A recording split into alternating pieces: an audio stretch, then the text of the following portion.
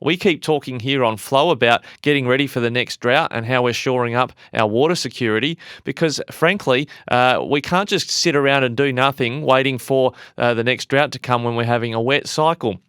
And what I'm pleased about from the federal government here is that they're putting the focus back on topics like that are really important for our nation. And we need to talk about our own domestic security when it comes to manufacturing and being able to survive in what I think is going to be a recurrent pandemic and lockdown world.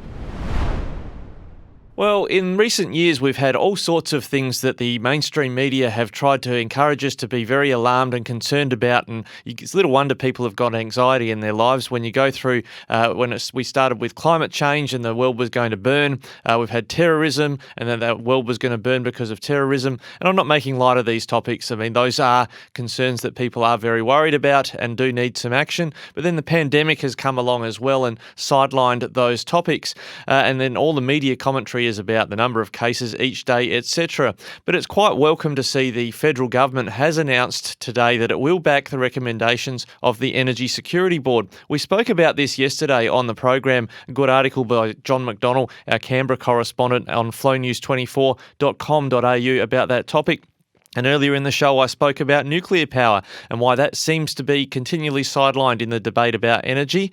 Well, the coalition government have said today that when it comes to energy security, while we're transitioning to a more renewable generated energy solution, we're going to need to keep providing incentives for baseline or dispatchable power to be available in the grid. Battery technology is coming along, but not as fast as the renewable energy crowd wants. And you're going to see a lot of hyperbole, a lot of ranting and raving from the energy sector, the renewable side, when it comes to this decision by the federal government today that it will provide financial incentives for effectively fossil fuels to stay in the system. Now, what you've seen from the likes of AGL, for instance, is the virtue signalling of shutting down, say, the Yallourn power plant in Victoria. Hazelwood's been shut down.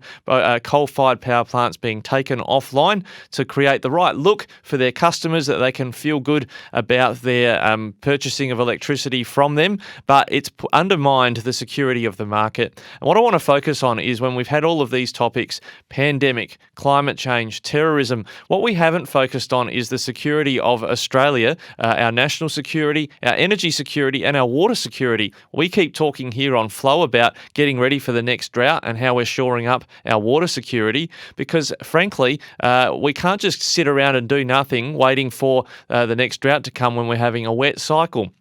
And what I'm pleased about from the federal government here is that they're putting the focus back on topics like that are really important for our nation. And we need to talk about our own domestic security when it comes to manufacturing and being able to survive in what I think is going to be a recurrent pandemic and lockdown world.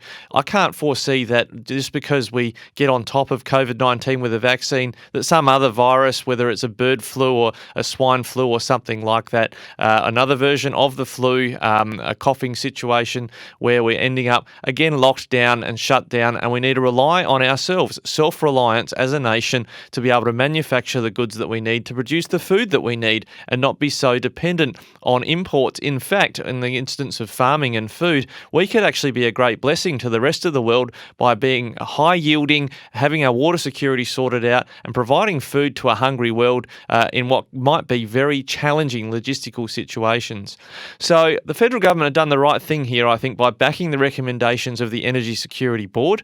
There was panic from the renewable sector when the Energy Security Board was even created, and this is exactly what I think they foresaw would come from it. They'll do all this marketing spin to make it sound like these are subsidies for polluters and the federal government is backed by the fossil fuel industry, etc. Those things all need to be investigated and explored, but frankly, if we want to keep the lights on and keep power affordable, we need to make sure that we've got backup, because we've seen in recent weeks the court cases that have been run about the 2016 blackout in South Australia when wind turbines didn't do their job and were switched off.